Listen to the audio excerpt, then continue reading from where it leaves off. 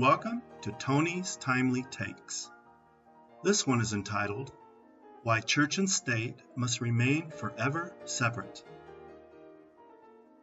As a Mexican American who grew up in the United States, I was exposed to a number of flavors of Christianity during the first 30 years of my life. While starting out as a Roman Catholic, I was later exposed to Baptist fundamentalism, conservative Christianity, United Methodism, Reformed Baptist and Presbyterian doctrine, and finally, evangelicalism. Taking this one step further, in a foster home that I lived in, I was forced to study the Bible and Christian doctrine almost every day for several hours. I was only 10 to 12 years old at the time. I experienced firsthand the claims of ministers who believed that the United States was a Christian nation created by God's leading and continuously blessed by Him.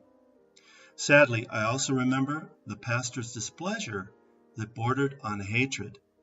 This was targeted toward other Christian groups who dared to disagree with that particular pastor's very narrow-minded take on Christianity.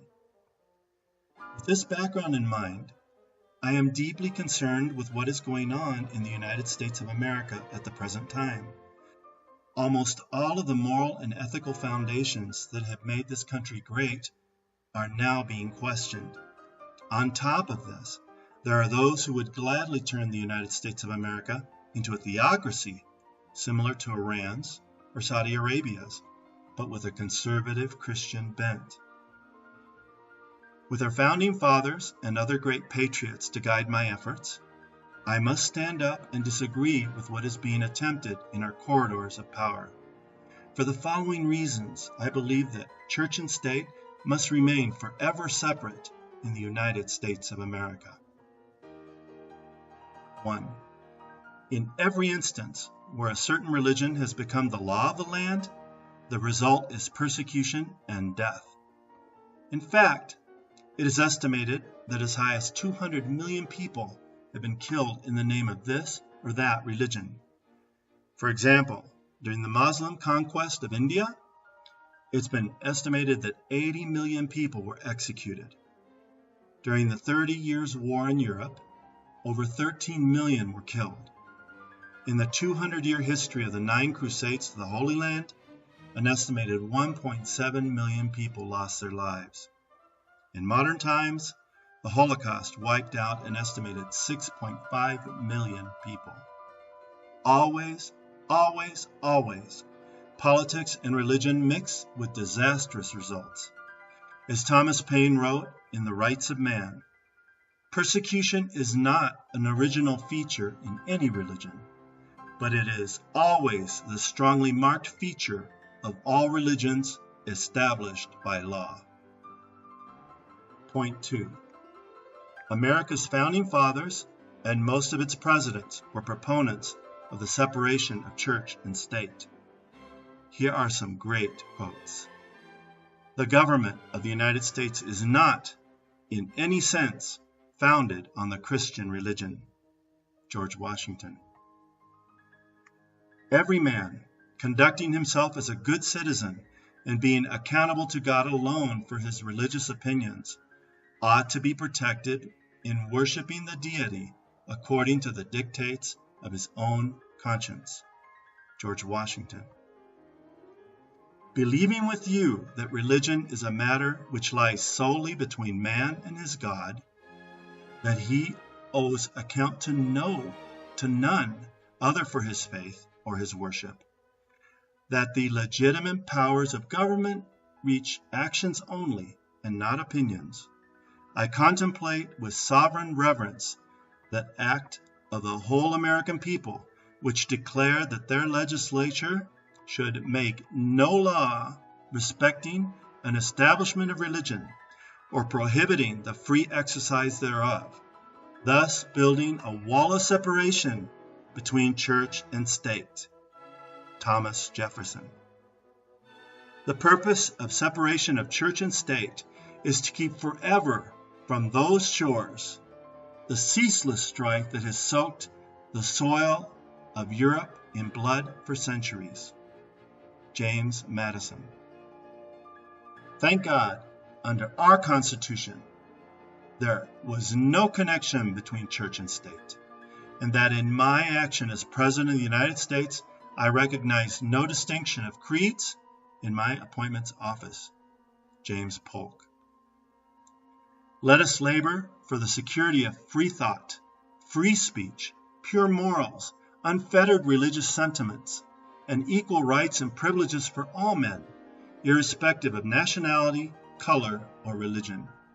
Leave the matter of religious teaching to the family altar, the church, and the private school, supported entirely by private contribution. Keep church and state forever separate. Ulysses S. Grant. I hold that in this country there must be complete severance of church and state, that public monies shall not be used for the purpose of advancing any particular creed, and therefore that the public schools shall be non-sectarian and no public money appropriated for sectarian schools. Theodore Roosevelt.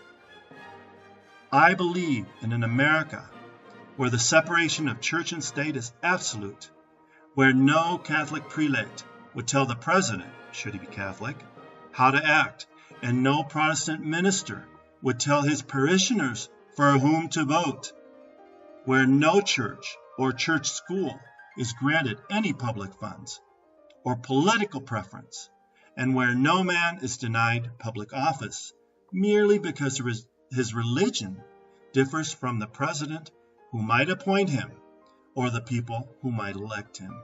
John F. Kennedy. Point 3. Contrary to what some people believe, the United States has never been or will ever be a Christian nation. In fact, there is no such thing. Many mourn the loss of our perceived Judeo-Christian heritage. There's a very simple reason for this, because it was bound to happen. Let me explain. Early immigration into the former British colonies came from Europe. It was firmly Judeo-Christian. The first real immigration from Asia in the late 1800s started to mix other religions and philosophies into the American fabric. This accelerated in the 20th century as immigrants came from the Middle East, India, and Africa. This actually is a good thing in my opinion. I think that this is what our founding fathers foresaw and intended. What they ultimately hoped is that the United States would be a shining beacon for citizens of all faiths, cultures, and races. It would be the one country on earth that was created so that all citizenry had an equal chance under the law to pursue life, liberty, and happiness. In conclusion, as best I understand it, religion is supposed to be an interaction between adherents and their higher power. For me as a Christian, the kingdom of God was never supposed to be an earthly kingdom like past kingdoms have been. The kingdom of God is within us. Furthermore, in modern times, God no longer plays favorites among countries. God's favorites are those individuals in every nation who serve Him wholeheartedly in spirit and in truth. Privately, I think that our world in general would be far better off if more of us actually practiced what we preached. I would like to end this with a great quote from the great jurist and retired Supreme Court Justice Sandra Day O'Connor. Those who would renegotiate the boundaries between church and state must therefore answer a difficult question. Why would we trade a system that has served us well for one that has served others so poorly? Thanks for listening, and see you again soon.